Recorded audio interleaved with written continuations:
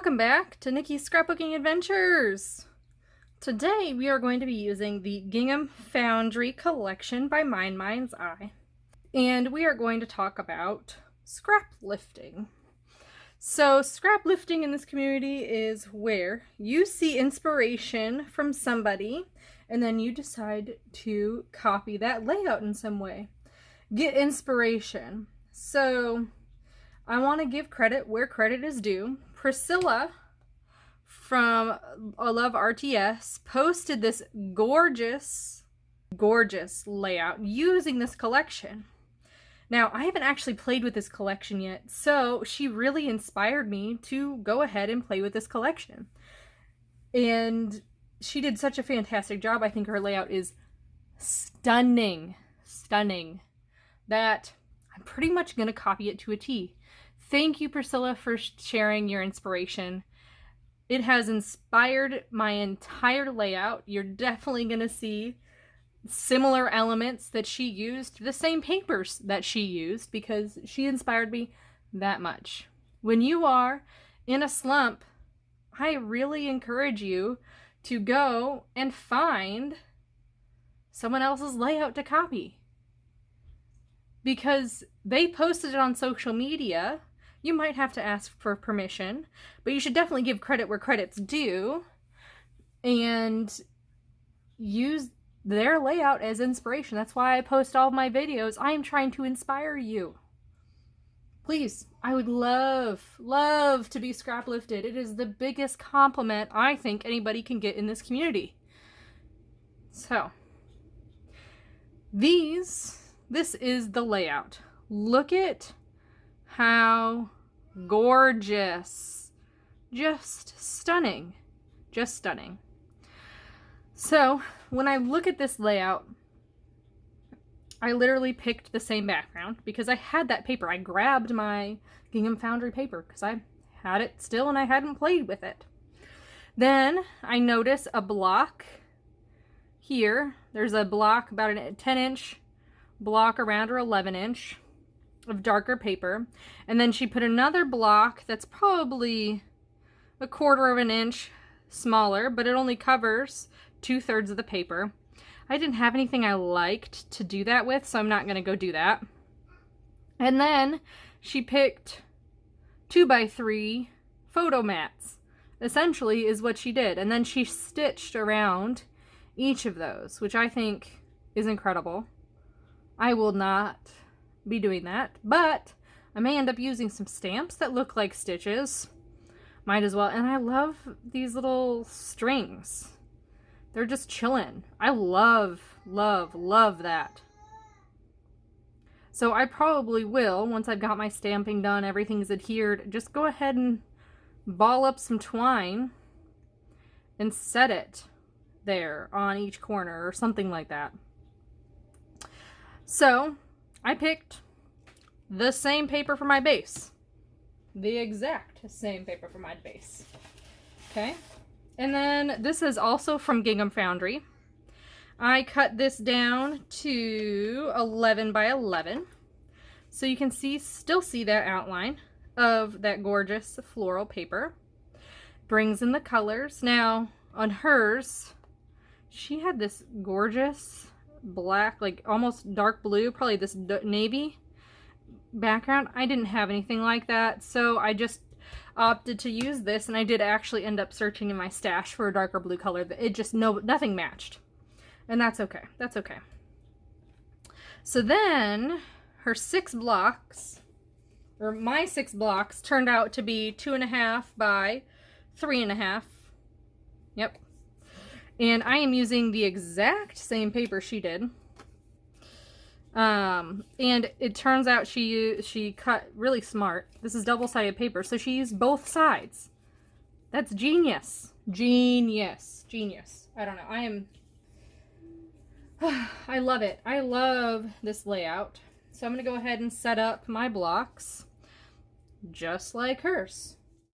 If you look at some of the close-ups here, the 2x3 cards, these are kind of distressed. And I'm thinking about that. I haven't decided yet. I usually don't go for the distressed look. I like my papers clean, but the photo I'm using I think might warrant it, and that's, we'll see. We'll see, right? We'll see. Okay. So if we take a look here, let's just rotate that. There we go. So 2.5 by 3.5 are the sides of these blocks, and I have 6 of them, just like Priscilla. And then she used, I think it looks like off-white paper, and then distressed the edge. Well, it bugs me when the off-white or the white or whatever you have doesn't match, and the off-white paper, the vanilla paper that I had, was way yellow compared to this background. Now, I don't have this color background, but what I do have is burlap. So this is burlap paper. And I thought this just gave it such a cute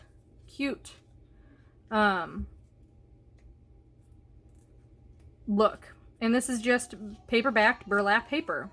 And this is 2 by 3. So you can absolutely substitute while you're scrap lifting. Use your supplies, what you have, and look at how close that color matches. This looks so much better than that, like, I felt like it was almost bright yellow. I don't know. I didn't like it, so I didn't use it. So this is my base page, right? We've got my 12 by 12 and then 11.5 block. And then we've got our 6 blocks paper. Now, what she did is she had a cluster here, cluster here, cluster here. I'm gonna follow suit. I might as well.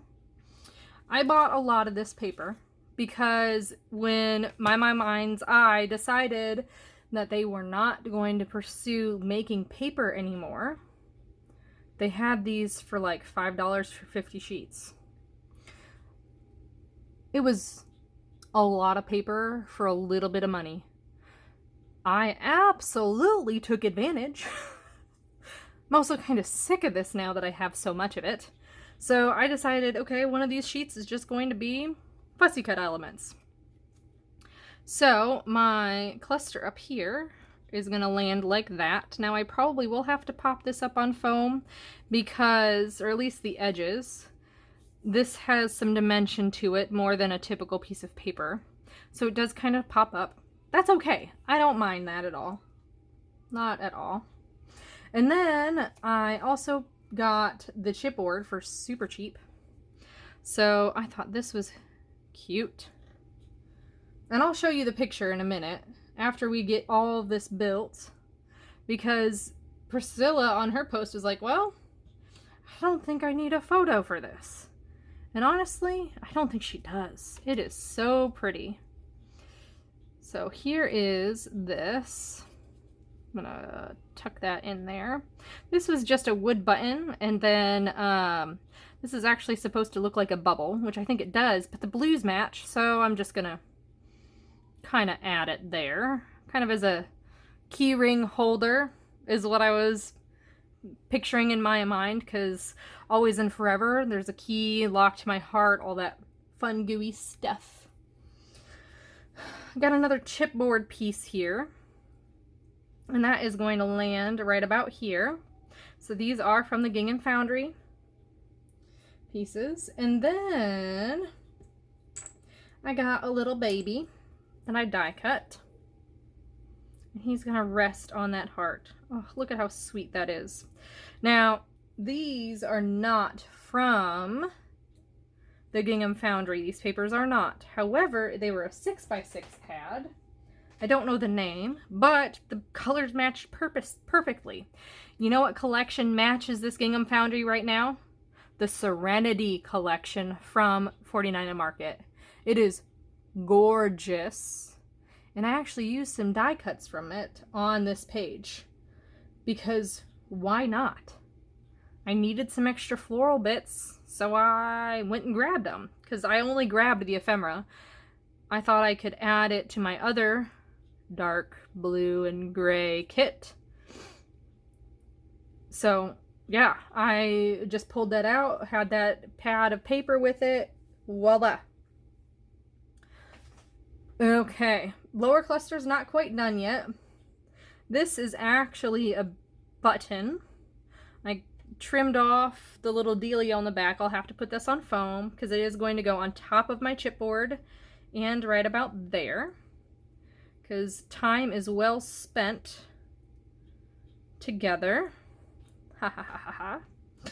And then I've got some other fussy cut elements here from this paper behind it. Because again, I had so much. Why the heck did I do that? Well, I like the colors. I was like, heck, I think I could probably sell some of those. Well, meh. It worked and it didn't work, and that's fine. Okay, and then I have this random die cut. I think I could sneak it in. I'm really just trying to build this up. That looks cute. We'll just try it. I've got a little thing that'll poke out here. And I got a little thing that'll poke out here. So some people start with their biggest element, and I think I did, but then I ended up tucking and layering things underneath. So it is kind of a wash in my mind on how you want to start your clusters, either the smallest or the biggest. I mean, it doesn't really matter either way, right? It all ends up on your page. Somehow. So that's super cute. All staying in with this theme and talking about our clusters 1, 2, and then 3. This is definitely is my title cluster. So it is the simplest because I want it to stand out more. This has a lot going on. And I don't really care if it stands out or not. Okay. So then I have a really cute die I'll link down below. And my goal was to try to find a doily. Well, this is kind of a doily, but it's more just a base. That's how I'm going to use it. I think I'm going to try using it with this part kind of 3D. It will smush in my album, so I'm not too worried about it. I like it this way too. And then I've got, this is from that 49 in Market Serenity. Beautiful, beautiful. And I just felt like I needed something to kind of go up the page a little bit, make it a little bit bigger. Not sure if I will overlap those at all. I think I'll do that right there. That's perfect. Okay, so third cluster, final cluster. Then I also fussy cut this out, and this is a chipboard piece. Clearly doesn't want to go away. It is stuck on there, and that's going to land right about there. So let's kind of compare our layouts here with what Priscilla has. So this is her layout again. We've got our 12 by 12, we got our 11.5 by 11.5, and then we've got our blocks. I'm missing the stitching, which I'm going to do later with stamps, not actually sewing machine, although I should probably bust out my sewing machine at some point, but not on paper. I'm just not going to do it. And then she's got a cluster here with a big saying, right? She's got a smaller cluster here, but she still has a cluster over in that corner like I do. And then she's got kind of this longer cluster over here. And that, my friends, is how you scrap lift. You take inspiration from others and you just roll with it. You feel inspired, you go with the flow. The one thing I am going to add to this is a photo. I have this cute photo of my husband as the baby and his dad. This is super old, so it really isn't a good quality picture. But I thought I could tuck it in here, just like that. I do want it to kind of overlap. I might end up kind of doing something more like that. Hence the baby. Thought it was super cute. Priscilla, I really, really appreciate you showing your layout, sharing it with us.